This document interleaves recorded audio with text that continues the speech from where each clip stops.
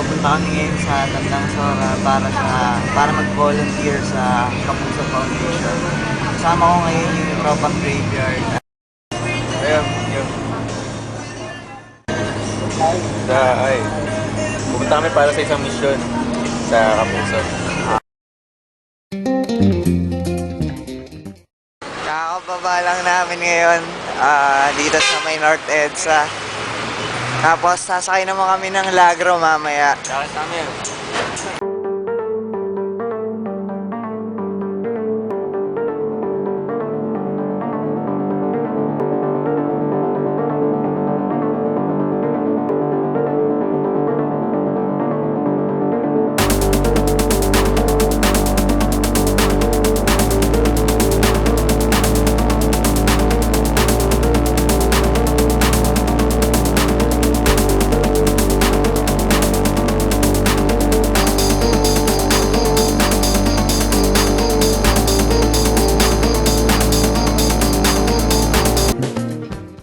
Dito tayo ngayon sa overpass ng Tandang Sora. Papunta tayo sa isa pa naming kasama. Okay, si Marlon.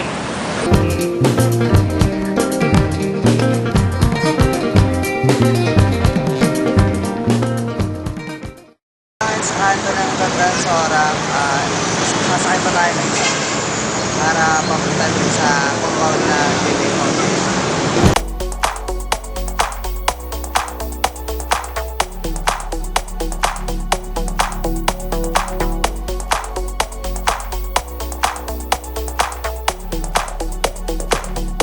Dito na kami ngayon sa village at papunta na kami sa compound.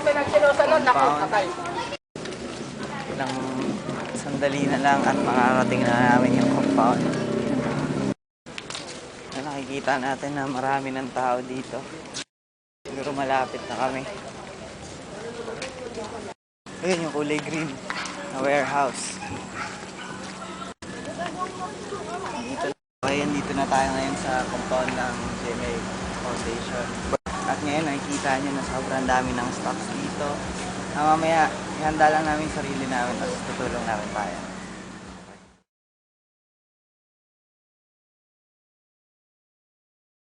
Na apektado ng kalamidad nung nakaraang Sabado. So sana itong simpleng paraan namin is makatulong sa kanila. Makarating na maayos para magamit din nila.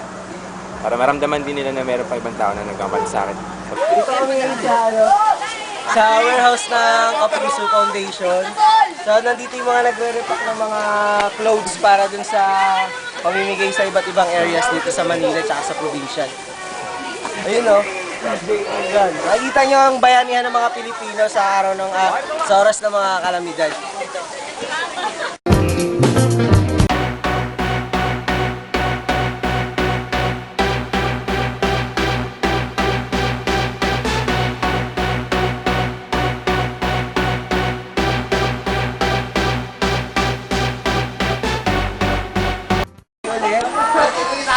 Ito yung kung saan inaayos yung mga boxes ng mga goods dahil tapak ulit din sa mga plastic na ipamimigay. Kita nyo, pasa-pasa sila hanggang dun sa dulo. May ayos yung mga goods din sa labas. Ito naman po yung mga nagpapak ng mga goods na natanggal dun sa mga boxes. So, nakikita nyo, yan yung gabundok ng mga binalot ng mga kapwa natin Pilipino. Nandito tayo ngayon sa loob ng warehouse ng Kapuso Foundation at kung titingnan nyo naman medyo napagod na rin kami dahil kanina pa rin kami bubuhat ng kung ano-ano at nagtatang na lang sandali. Tapos tingnan nyo yung lugar na mga lugar dito sa loob. What is that?